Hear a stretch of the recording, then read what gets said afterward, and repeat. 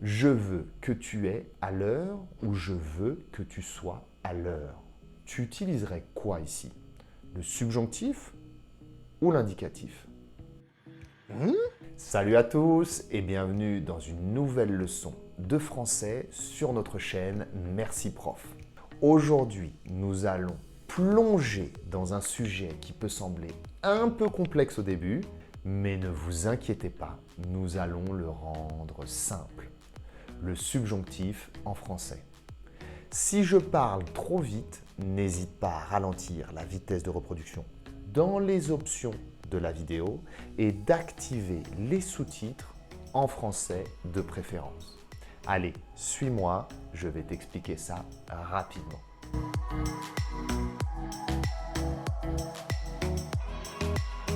Mais qu'est-ce qu'il va encore me raconter celui-là? Le subjonctif quoi? C'est une maladie ton truc? C'est pas contagieux au moins j'espère. Calme-toi mon ami, je vais t'expliquer. Qu'est-ce que le subjonctif? Le subjonctif, c'est un mode verbal qui exprime le doute, l'incertitude, le désir, la nécessité ou des actions qui ne sont pas encore réalisées. En d'autres termes, c'est le mode de l'incertitude. Il est souvent utilisé après certaines expressions, verbes et conjonctions. Par exemple, c'est possible qu'elle vienne à Paris. Je veux que tu sois heureuse. Il faut que tu ailles à Paris. Avant de continuer d'expliquer plus en détail quand l'utiliser, je te propose de commencer par voir comment il se forme. Je vais te montrer comment le conjuguer, comment conjuguer les verbes réguliers et quelques verbes irréguliers au subjonctif. Pour le former, il faut que tu mettes le verbe à la troisième personne du pluriel, du présent, de l'indicatif, c'est le pronom il au pluriel, et que tu enlèves la terminaison ENT et tu ajoutes les terminaisons E, ES, E, ion, yé et finalement ENT. Avec les verbes réguliers, comme le verbe parler et les autres verbes en ER, c'est très facile. Tu prends la base de il au pluriel, il parle, et tu quittes la terminaison. Que je parle, que tu parles, qu'il parle, que nous parlions, que vous parliez, et finalement qu'il parle. Tu vois, c'est la même chose qu'au présent de l'indicatif. Tu parles à Michael, c'est identique à je veux que tu parles à Michael. C'est identique. Mais attention quand même à nous et vous qui, eux, changent. Nous parlons à John, il veut que nous parlions à John. Vous parlez français, il veut que vous parliez français. C'est différent ici. C'est la même conjugaison qu'à l'imparfait. Bon, ça reste plutôt simple.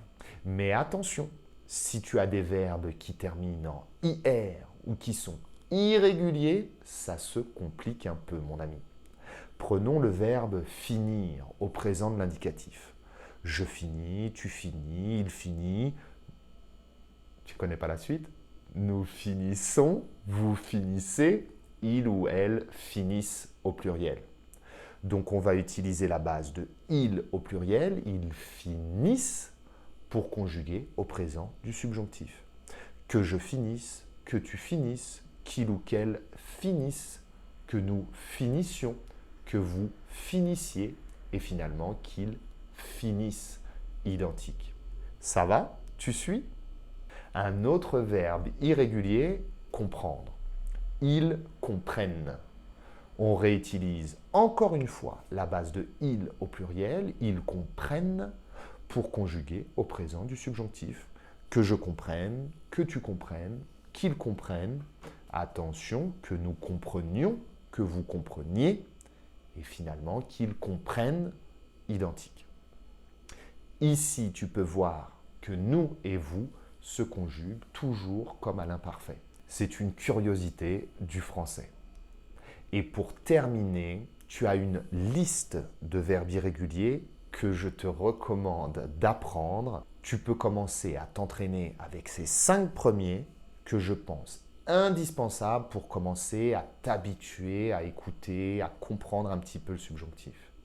Ok, d'accord. Maintenant que nous savons comment le conjuguer, la grande question qui vous pend aux lèvres, quand faut-il que j'utilise le subjonctif ou l'indicatif? Bah oui, si tu as cliqué sur la vidéo, c'est pour ça que tu es là. La première chose indispensable avant d'utiliser un subjonctif, c'est la présence du que avant le deuxième verbe. Regarde ces phrases. Je suis sûr qu'il réussira. Il est certain que tu es une bonne personne. On exprime quoi ici? Une certitude. Je sais que tu es russe. Il dit qu'elle ne le connaît pas. Je crois que vous êtes français. La conviction, l'opinion, notre réalité. Regarde maintenant ces phrases en opposition. Je ne suis pas sûr qu'il réussisse. Je doute que tu comprennes. Il est possible qu'elle vienne ce soir. On exprime quoi ici? Oui, très bien. On exprime l'opposé de l'indicatif. L'incertitude, le doute, la possibilité. Tu commences un peu à comprendre? On continue. Je vois que tu vas bien. Je sens qu'il n'est pas honnête. J'entends qu'elle vient. On exprime quoi ici? L'essence, notre réalité. Maintenant, regarde ces autres phrases.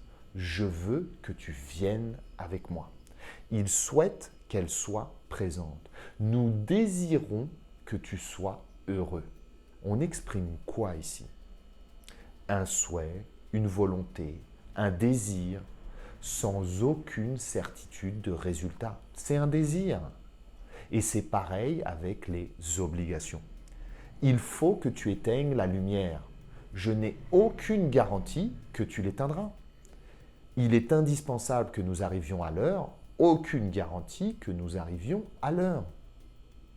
L'indicatif, c'est le mode du réel, de la tête, de la certitude, alors que le subjonctif, c'est le mode de l'incertitude, du cœur, des émotions.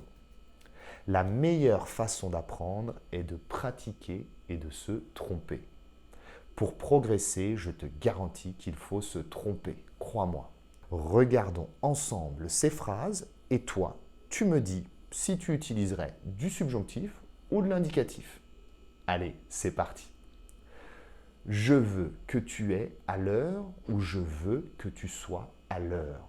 Tu utiliserais quoi ici? Le subjonctif ou l'indicatif? Je veux que tu sois à l'heure. Tu utilises du subjonctif. C'est la volonté. Je veux que. Je n'ai aucune garantie que tu arriveras à l'heure. On continue. Je suis sûr qu'elle ne va pas à la conférence ou je suis sûr qu'elle n'aille pas à la conférence. Tu utilises quoi ici? Indicatif ou subjonctif? Je suis sûr qu'elle ne va pas à la conférence. C'est la certitude. Elle en est sûre. Donc, tu utilises l'indicatif. Elle sait que tu viens à la fête ou elle sait que tu viennes à la fête. Indicatif ou subjonctif? Elle sait que tu viens à la fête. Indicatif. Elle le sait, c'est sa réalité.